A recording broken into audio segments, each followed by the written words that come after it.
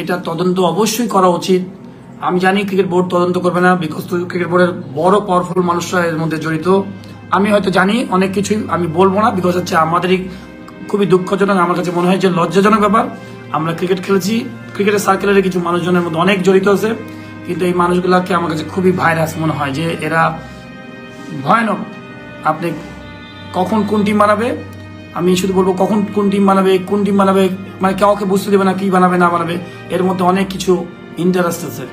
বিশ্বকাপের দল ঘোষণার একদিন আগে একটি দল ঘোষণা করেছিলেন খালেদ মাসুদ পাইলট, বাংলাদেশের সাবেক ক্রিকেটার, যেখানে ছিলেন ওপেনার তামিম ইকবাল। কিন্তু এবার তামিম ইকবালকে যখন বিশ্বকাপের স্কোয়াড থেকে বাদ দেওয়া হলো, তখন তিনি আর চুপ করে থাকতে পারলেন না। তাই বিসিবির সকল কালো তথ্য বের করে দিলেন এবার লাইভে এসে ভক্ত সমর্থকদের মাঝে। আপনারা যদি দেখেন, তামিম কিন্তু একটা কথা বলেছে, কোনো একজন তাকে বোর্ডের অফিসিয়াল, কোনো একজন ম্যানেজমেন্ট টিমের ম্যানেজমেন্ট ফোন দিচ্ছেন, যে কিনা বলেছেন যে তুমি প্রথম ম্যাচ আয়ারল্যান্ডের সাথে ম্যাচটা, আফগানিস্তানের ম্যাচটা খেলবা না, ওপেনিং করবা না, তুমি মিডল অর্ডার ব্যাটিং করো। কোন কারণে তাকে বলতে পারে বলেন তো আপনি যে ওপেনিং ব্যাটিং করবে না তামিম? বিকজ একটা প্লেয়ার সারা জীবন ওপেন করে আসছে এবং তাকে জানেন যে সে ওপেনার বাংলাদেশ টিমের, তাকে কি করে ওই রকম একটা মানে তাকে বলতে পারে?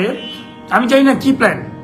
তার মানে বোঝা যাচ্ছে যে তামিমকে আপনি আউট করতে যাচ্ছেন, যে তামিমকে বাদ দিয়ে তুমি নিচে খেলো, উপরে একটা ওপেনারকে আমি ট্রাই করবো, ওখানে ও পারফর্ম করলে তুমি সাইজ।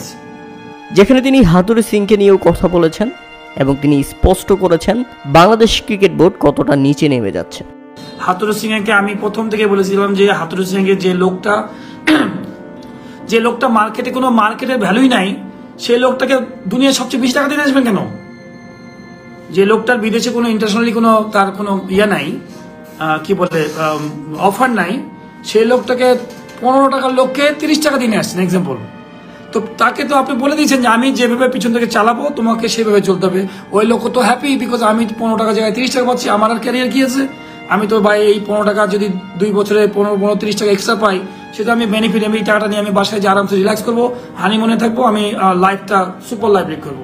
তো সেইভাবে তাকে আমার কাছে মনে হয়, আমি এটা আমার অবজারভেশন, যে তাকে তুমি জাস্ট শুধু সিনে থাকবা, তুমি সমস্ত সামনে ফ্রন্ট লিডিংয়ে থাকবা, পিছন থেকে আমরা প্রেসক্রিপশন দেবো, যেমন হবে তুমি সেই জিনিসটা ওখানে সামনে অবস্থান করবো।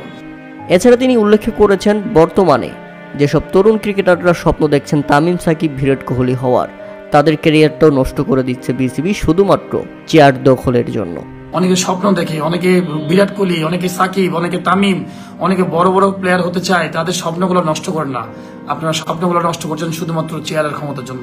তো আমি এটা ডিটেলস বলবো হয়তো কোনো একদিন সময় পেলে, আমার কাছে আরো অনেক ইনফরমেশন আছে, হয়তো সবগুলো নিয়েই বলবো যে কি করে এই পুরা সিন্ডিকেটটা চলে। সর্বশেষ তিনি যেটা ব্যাখ্যা করেছেন সেটা হচ্ছে বাংলাদেশ ক্রিকেট বোর্ডে যে সিন্ডিকেট তৈরি হয়েছে, আপনার শুনি যে ডিম সিন্ডিকেট, ডাব সিন্ডিকেট, যেটা আমরা বিভিন্ন নিউজে দেখি, বা হয়তো চিনি সিন্ডিকেট, পেঁয়াজের সিন্ডিকেট। তো আমার কাছে মানে ক্রিকেটের একটা সিন্ডিকেট তৈরি হয়েছে এবং বিগত বেশ কয়েক বছর ধরে এই সিন্ডিকেটটা চলছে, এবং এইভাবে থাকলে ক্রিকেটটা আসলে আমার মনে হয় না যে এই জন্যই ক্রিকেটটা ধ্বংস পথে যাবে।